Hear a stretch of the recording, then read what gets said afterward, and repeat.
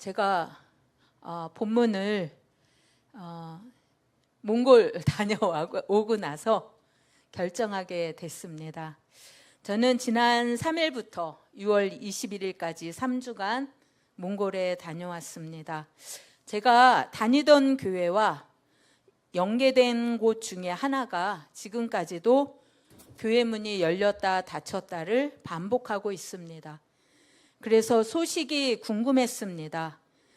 이제 그곳까지 가는 길도 도로 포장이 다 되어서 1시간 반 걸렸는데 1시간으로 축소되었고요. 과거에는 흙길이었어요. 그래서 울퉁불퉁했는데 이제는 자가용이 다닐 때 고장 날까 염려하는 게 많이 줄었습니다.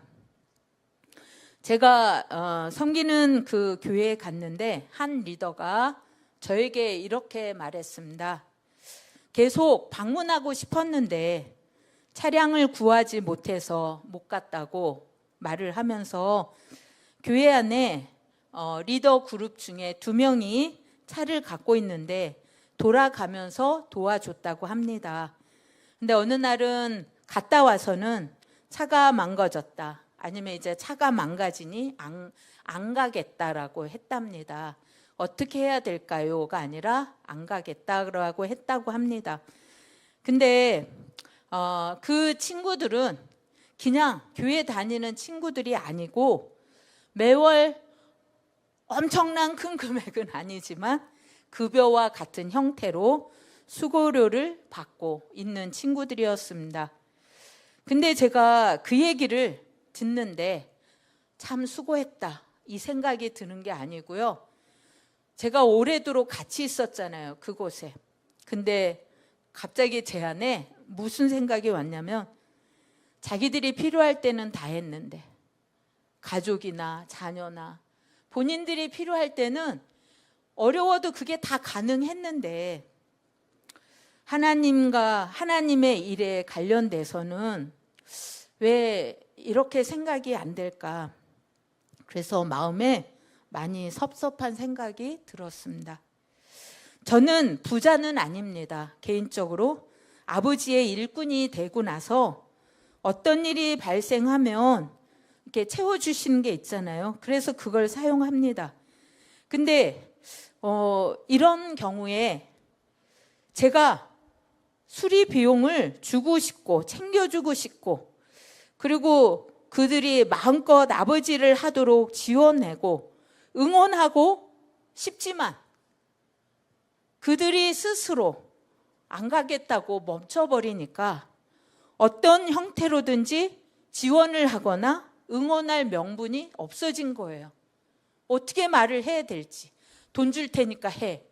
이거는 또 하기가 어렵더라고요. 또 하나는 저는 지난 6월 말에 몽골의 현지 리더 그룹 중에 한 친구로부터 문자를 받았습니다. 지난 6월 몽골에 가서 만나고 온 친구인데 어린 2딸을 데리고 한부모 가정의 호주입니다. 갑자기 제가 몽골에 가면 머무는 집이 있는데 자기들이 아주 조심해서 사용할 테니까 그 집에서 살게 해달라고 문자가 왔습니다. 근데 한 번이 아니고요. 몇 년 동안 서너 번 계속 그렇게 부탁을 했는데 저는 입장이 언제든 제가 가면 사용해야 되고 또 저와 관련된 사람들이 그 집을 사용하도록 준비를 해 놓아야 해서 도리어 그 친구에게 월세비를 도와줄지언정 허락을 하지 않았습니다. 그리고 저도 마음이 괴로웠어요. 어떤 게 옳을까? 그래서 주변에 또 여러 선교사님들과 의논도 했습니다. 나는 어떻게 해야 되는가? 그랬더니 그분들이 경험들이 갖고 있어서 나중에 일이 복잡해진다. 그러니까 하지 말아라. 이렇게 조언을 해 주었습니다. 이제 그 친구는 아주 오래전, 이제 저랑도 오래 연계되어 있지만 한동안 안 나오다가 어쩌다가 와서 사람들 앞에서 이제 하나님 일을 하고 싶다. 막 그런 고백을 막 하면 이제 이 친구가 돌아와서 정말 열심히 하나님 일을 하겠구나. 이 마음이 있고 그 친구가 재정적으로 나 지금 어렵다. 그래서 제가 또 얼른 도와줬어요. 그랬더니 오늘 도와줬으면 그 다음 날부터 안 나오더라고요. 그래서 그 친구는 잊고 있겠지만 저는 그런 상황이 일어나면 생각이 나는 거예요. 그게 잊혀지질 않는 거예요. 잊었다가도 다시 그 생각이 났어요. 매번 이렇게 해주면 저렇게 해주면 교회를 하겠다 했는데 처음엔 열심히 했어요. 어떤 문제가 발생하면 계획이 바뀌어요. 제가 막 그런 게 아니라 그 친구가 바꿔요. 그리고 본인의 필요에 따라서 들쑥날쑥 교회에 왔다가 돕다가 안 오다가 이런 일이 반복되는 게 들려왔어요. 그래서 이 친구가 어린 딸들과 사는 것이 가여워서 또 교회도 사역자가 필요해서 저는 이 친구에게 다른 사역자 몰래 계속 월세비를 도와줬어요. 근데 성실하게 아니고 본인의 생각에 이렇게 해도 된다고 생각해서인지 이런 식으로 시간이 흘렀어요. 이번에 또 문자가 저한테 왔잖아요. 이번에 그 친구가 지금 몽골에 없어요. 어디 그 돈 벌러 갔는데 또 그 문자에 저한테 조건부로 그 집에서 살게 해주면 교회를 하겠다라고 온 거죠. 저는 그 진심을 잘 모르겠어요. 그래서 본래 6월까지 이미 제가 올해 6월까지 아파트 월세비를 줬는데 본인은 6월 초에 개인적으로 일이 있다고 다른 곳에 갔고 8월 중순에 돌아온다고 합니다. 받는 것은 꼬박꼬박 받는데 해야 할 일은 붕 떠서 이루어지지 않고 있으니 저의 속은 너무도 무거웠습니다. 이 상황을 통해서 제가 순간적으로 위기를 느꼈습니다. 그 친구가 어려움에 빠질 때 하나님 아버지를 먼저 붙잡고 매달려야 하는데 주변에 있는 쉬운 거, 얻을 수 있겠다 생각하는 것을 먼저 항상 생각할 수 있겠다. 그런데 그 자리에 제가 있는 거죠. 저에게 도움을 요청하면 되겠다고 아예 고정이 되었나 하는 생각이 저 안에 들었습니다. 본래 하나님 아버지의 자리여야 하는데 그래서 저는 너무 염려가 돼서 안 되겠다. 그래서 단호하게 거절했어요. 뭐라고 했냐? 그 집은 아예 없다고 생각해라. 그리고 교회 섬기는 것도 누가 한다고 하더라. 그리고 근데 너는 그만둬란 말은 하지 않았어요. 근데 그 친구가 문자로 답이 왔어요. 근데 거기에 너무도 모진 말들이 가득했어요. 교회도 안 다니겠다 그러고 그리고 자신은 앞으로 열심히 일해서 캐리어를 쌓고 잘 살 것이다. 당신은 보기도 싫다. 뭐 이런 식으로 문자가 왔어요. 그래서 제가 교회에 섬기는 것은 나랑 상관이 없이 해야 된다. 그랬더니 그러면 이제는 활력 있는 교회. 저와 관련된 교회는 좀 문제가 아무것도 없다고 생각했는지 자기는 이제 활력 있는 교회를 나가고 그런 교회를 섬길 것이다. 하고는 차단을 했어요, 저를. 거의 1년 동안 도와주고 학비가 완불이 안 돼서 졸업장을 못 받아서 그 비용도 아는 선교사님께 도움을 요청해서 장학금 형태로 받아서 줘갖고 학위도 받게 하고 직장도 다시 돌아가게 하고 이런 일들을 도와주고 그래 그 친구에서 고민하고 신경 쓰고 막 애쓰래 마음 제 혼자 그랬는데 그냥 폭탄 세력만 받은 것 같습니다. 또 다른 에피소드가 있는데요.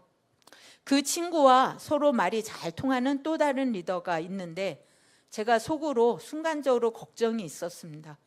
서로 주고받고 하면서 부정적인 것으로 가득 채우면 이 친구 또한 펄펄 뛸 텐데 어떻게 해야 되나. 그리고 걱정을 하고 있는데 그 친구 역시 저에게 엄청난 분노의 문자를 보냈습니다. 근데 그 분노에 시발점이 있었어요. 본래 제가 한국으로 돌아오기 전에 현지 교회 전도사님이 개인적으로 저를 찾아왔어요. 그러면서 이 친구가, 다른 친구죠, 취업을 위해서 1년 동안 공부하느냐고 일을 못했는데 6개월치 은행 대출금이 못 갚아서 은행에서 뭔가를 받았대요. 그래서 이번 주 안까지 그 돈을 내지 않으면 어려움에 처한다. 근데 이 친구는 7월에 국가에서 주는 돈이 있답니다. 그러니까 한 달 갭이 있잖아요. 그러니까 먼저 도와주고 다음에 돈을 받으면 그걸 받으면 되겠다. 그러면서 이제 저한테 도와주면 어떻겠느냐라고 왔어요. 왜냐하면 교회에 과거에 리더기도 했고 너무 귀한 사람이니까 돕고 싶었나 봐요. 저도 마찬가지고요. 그래서 그러면 공금이 있으니까, 그 공금은 목적이 있으니까 따로 은행에 넣어놓고 관리를 하고 있었어요. 그래서 난방 설치비를 모아놓은 것이 있었는데, 그러면 우리가 각서를 받자. 그리고 반드시 7월에 받기로 하고 주자. 그리고 그 친구를 부르고 각서를 쓰게 했어요. 그래서 그날 돈을 얼른 송금을 해주고 마무리를 했어요. 그리고 그 전도사는 이게 문제가 터지면 다음에 또 그런 일을 할 수가 없으니까 굉장히 조심해서 쫓아다니면서 간섭을 해갖고 그걸 도와준 것 같아요. 근데 저에게 문자가 왔어요. 저와 교회 전도사 2명처럼 완악한 마음을 가진 사람을 본 적이 없다. 그리고 당신은 너무 구두쇠고 인색한 사람이다. 다시는 같이 일하지 않을 것이다. 그리고 그 전도사가 자기를 쫓아다니면서 이것저것 확인하고 도장 찍을 때 자기는 너무 수치스러웠다. 이러면서 사랑이 없는데 어떻게 사랑을 가르칠 것인가, 이런 식으로 왔어요. 또 하나는 뭐가 왔냐면, 제가 지금까지 돕고 있는 그 3개 교회 5명 리더가 있어요. 그 친구들은 최하의 급여를 받고 있어요. 근데 그 친구들은 제가 정말 자기들을 위해서 최선을 다해서 돕고 있다는 걸 알고 있으니까 한마디도 말이 없어요. 진짜 말이 없는데 이 친구는 얼마를 받고 있다는 걸 알았나 봐요. 그래서 이렇게 썼어요. 이렇게 적은 급여로 어떻게 살라고, 이렇게 적은 급여를 주느냐, 그 급여를 받고 교회 일을 하는 사람들이 너무도 불쌍하다라고 저한테 쓴 거예요. 근데 그 문자를 받고 제가 할 말이 없더라고요. 그리고 나서 근데 어느 날 교회 전도사님이 저한테 전화를 했어요. 뭔가 할 말이 있는 거죠. 7월에 돈이 나왔답니다. 그 몽골 돈 이름은 있지만 원으로 제가 말을 할게요. 저희가 150만 원을 빌려줬는데 그 친구가 돈은 다 받았어요. 150에 해당되는. 근데 130만 원만 갖고 와서 20만 원은 다음에 주겠다고 했답니다. 그래서 그 친구가 공금이니까 안 된다. 내 돈이 아니다. 그래갖고 반드시 갚아야 된다고, 그래서 어떻게 해서든지 다 받아냈나 봐요. 그래서 공금을 채워 넣었어요. 그리고 났더니 사랑이 없다, 남편이 없는 가난한 사람이니까 이렇게 한다, 그러면서 말로 폭탄을 막 쏟아붓고 친구들과 여행을 떠났답니다. 근데 이제 나중에는 이 친구가 자기는 마음을 달래러 갔다 왔다 이랬어요. 근데 차라리 도와주지 않았다면 둘 사이에 오랜 인간관계, 우정이 깨지지 않았을 텐데 괜히 도와주고 싶다고 애를 썼다가 이 난리가 난 것입니다. 한동안 제가 무슨 말을 해야 할지 감이 안 잡혔어요. 근데 하루는 제가 욕을 먹더라도 저가 욕을 먹고 우리 전도사를 구해줘야겠다 생각해서 한국말로 그 상황을 다 써서 보냈어요. 왜냐하면 번역기를 그 친구를 잘 쓰거든요. 그래서 몽골말로 보다 한국말로 사정을 쭉 써서 보냈어요. 그리고 너를 돕다가 그 교회 전도사가 어려움에 처했다. 적은 금액 받으면서 하나님의 일을 하는 건 그 사람들의 믿음이다. 나는 너희들의 사장이 아니다. 하나님께서 도우라고 해서 옆에서 도울 뿐이다. 그리고 너는, 제가 그 친구를 기분 좋게 하려는 게 아니고 정말 착한 친구예요. 너는 착하고 아이들도 남편 없는데 잘 키웠는데 물질적인 훈련은 반드시 필요하다. 이렇게 써서 보냈어요. 그랬더니 잘못했다, 잘못 알았다, 미안하다 이런 게 왔더라고요. 그리고 그 교회 전도사한테도 미안하다고 했답니다. 그리고 우리 둘은 아무 문제 없으니까 걱정하지 말라고. 그리고 나서 그 다음에 또 전도사가 저한테 연락이 왔어요. 뭐라고 했냐면 다음에 와서 200만 원을 또 빌려달라 그랬대요. 그래서 제가 무슨 생각이 드냐면 돈이 필요할 수 있죠. 근데 공금이지만 한 리더는 공금이니까 이건 절대 손대면 안 되고 목적에 맞춰서 써야 돼. 이걸 지키려고 애쓰는 리더가 있는가 하면 야, 공금인지 뭔지는 모르지만 저 사람에게 돈이 있구나. 그러면 다른 데서 빌리는 것보다 쉽겠다고 생각했는지 미안하다고 해놓고 가서 200만 원을 빌려달라고 했답니다. 그래서 우리 교회 전도사가 안 된다 했대요. 제가 이 두 케이스에서 제가 너무도 가슴 아프게 깨달은 것은 문제가 없을 순 없지요. 나에겐 너무도 힘든 문제가 생기면 우리 약속의 하나님을 먼저 붙잡고 씨름이 있어야 하는데 이 사람이면 도와줄 수 있지 않을까, 저 사람이면 이것도 있고 저것도 있던데 하는 우리의 태도가 아닌가 생각합니다. 창세기 3장 띄워주시고 같이 읽겠습니다. 시작하면 같이 읽으세요. 시작.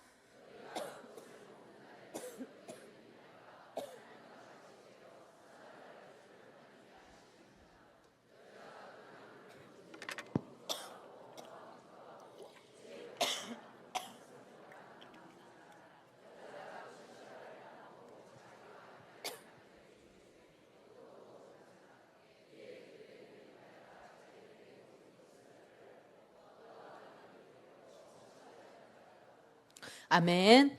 창세기 13장 같이 또 읽겠습니다. 시작.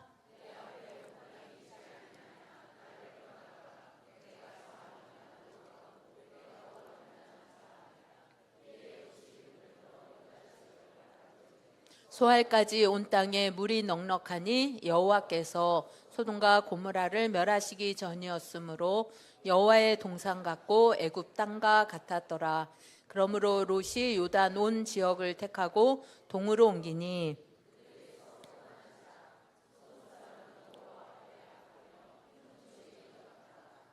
아멘. 쉬운 것이 아니고 이 두 케이스가 하나님의 도우심을 먼저 구했다면, 하나님께 한 번이라도 여쭤봤다면, 그러면 하나님께서 도우시는 대로 움직였다면 뒤탈이 없었을 텐데, 하나님이 아니고 인간의 내 생각에 그냥 먼저 움직였어요. 그랬더니 다 그렇진 않겠지만 성경에서는 하나님께 여쭙지 않고 행하는 것들이 거의 90몇 %는 치명적이에요. 그게 반복되고 있습니다. 저에게는 오해의 시간이 또 있었습니다. 그게 뭐냐면 하나님 아버지께서 나를 부려먹으려고 작정하셨다고 한동안 푸념했습니다.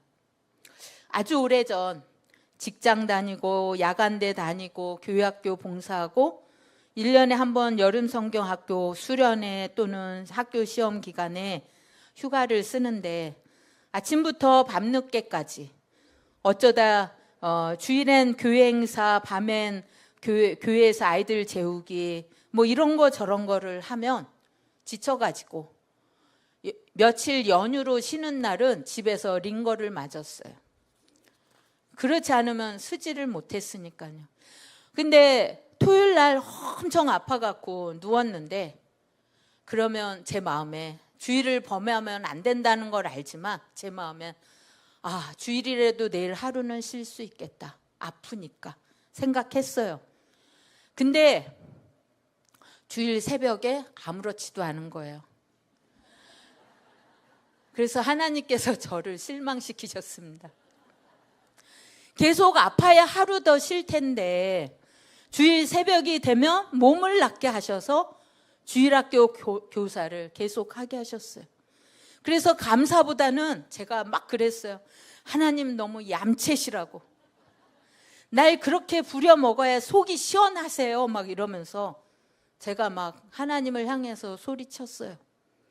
그리고 어느 날은 완전 깊은 우울증은 아닌데 계속 우울증 같은 게 있었어요.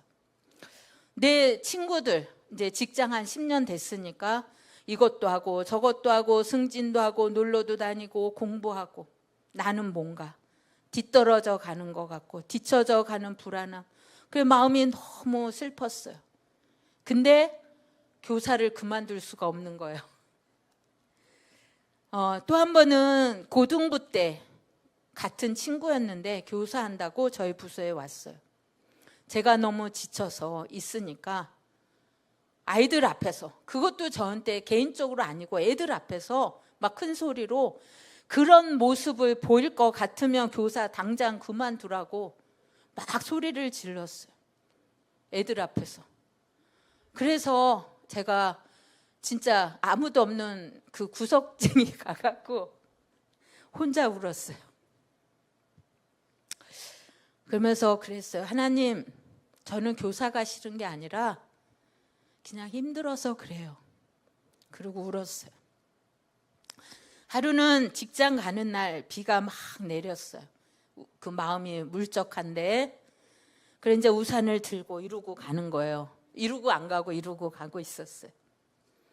근데 정말 그냥 그 비가 오는 그 바람결 같은데 하나 하고 지나간 게 뭐였냐면 거저가 없다. 이 한 말씀을 주시는데 제 안에서 막 해석이 일어났어요.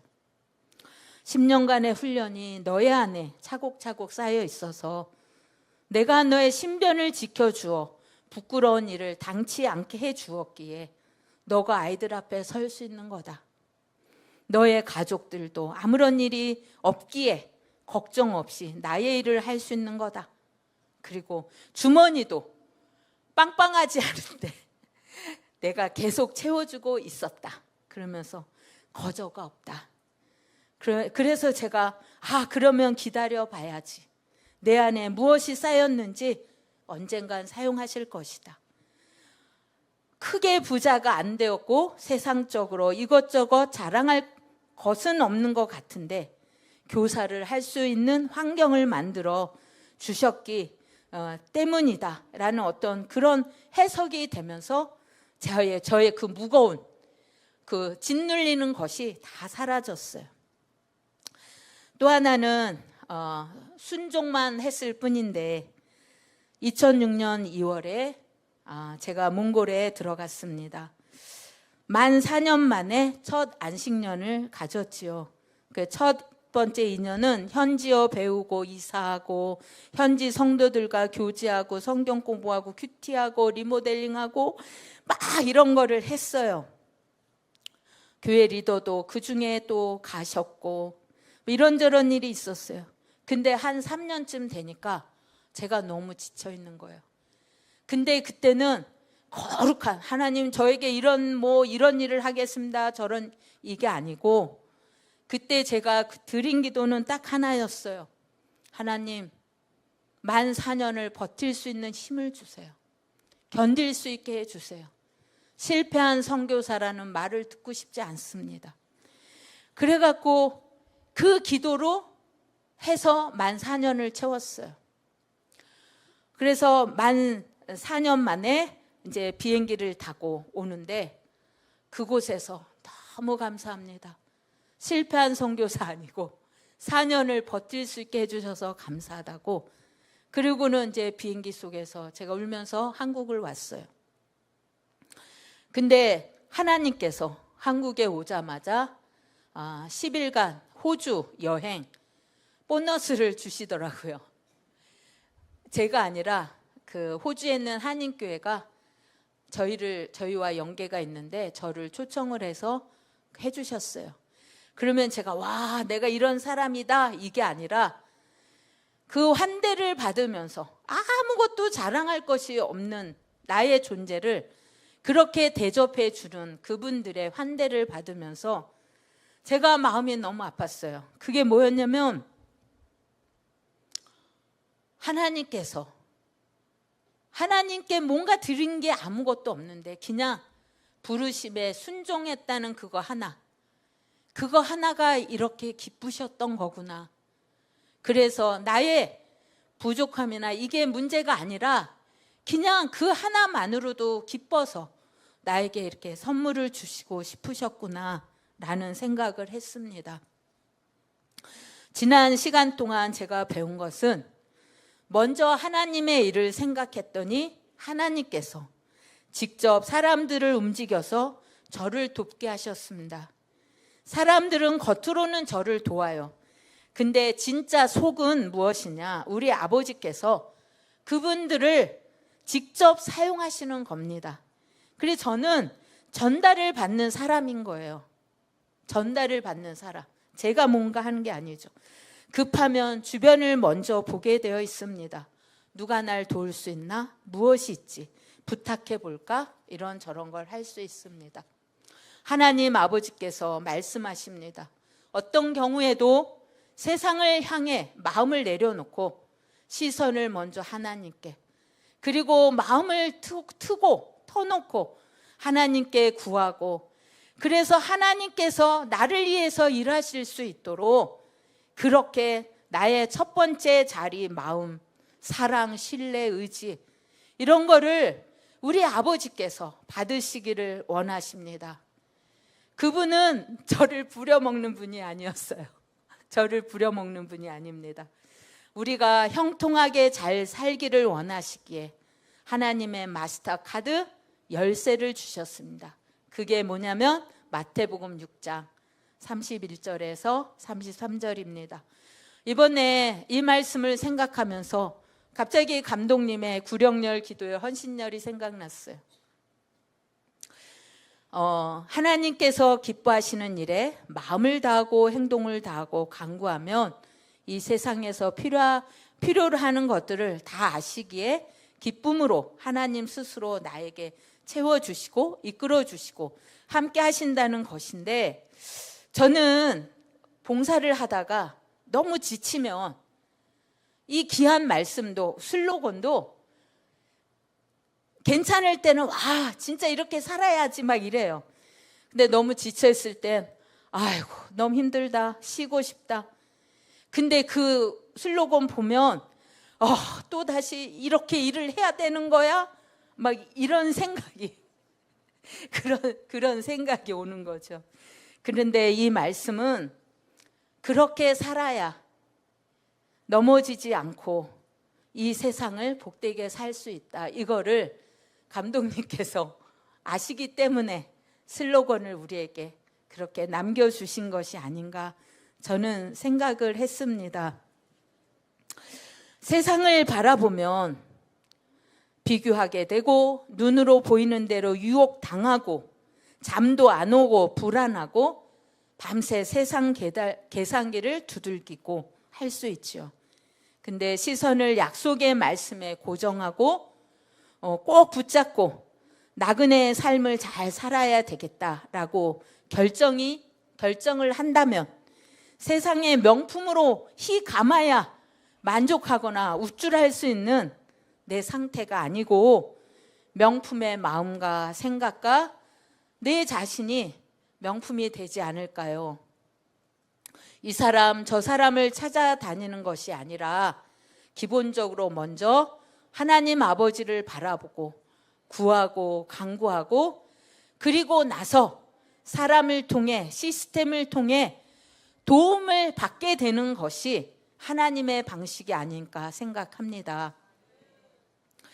하나님의 자녀가 내 필요를 먼저 공급처 되시는 약속의 하나님께 먼저 아뢰고 말씀드리고 구하고 신뢰하고 기다리는 것이 우리의 습관이 되었으면 좋겠습니다. 사도 바울은 표대를 향해 간다고 성경에 적혀 있습니다.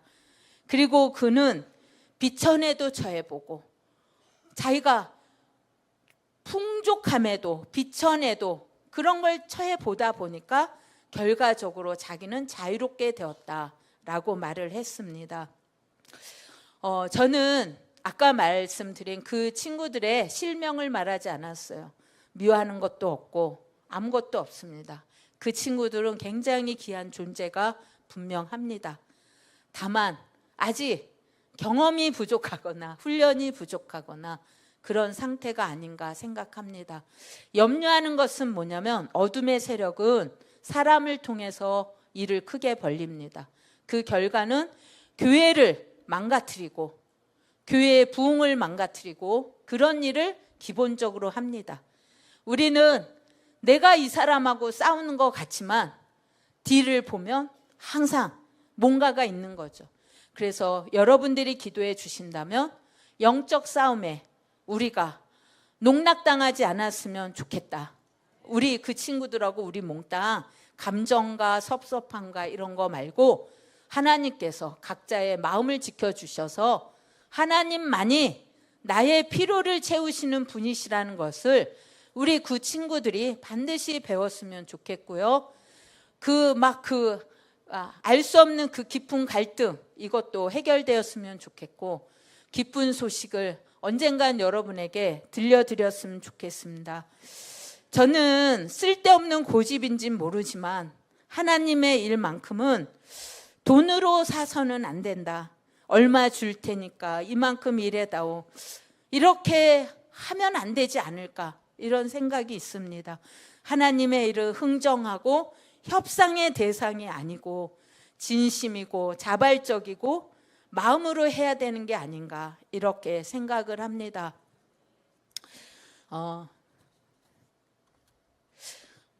참 어려운 저도 예전에 이사를 가야 하는데 돈이 필요했거든요. 그때 한 3천만 원이 필요했어요. 그러니까 저도 하나님 붙잡기 전에 교회에 부자가 누가 있을까 머릿속으로 막 저분일까? 저분한테 가서 이자 없이 좀 빌려달라고 해볼까? 그러면 고비가 넘어갈 것 같은데 막 이런 생각도 되게 오래 가졌어요. 혼자 끙끙거리면서. 근데 결국은 끝까지 말하지 않았어요. 하나님께서 해결해 주셨어요. 예, 우리는 인간이어서 이렇게 저렇게 할 수 있어요. 그렇지만 생각은 할 수 있겠지만 행동만큼은 하나님의 약속대로 그분을 붙잡고 우리가 승리했으면 좋겠습니다.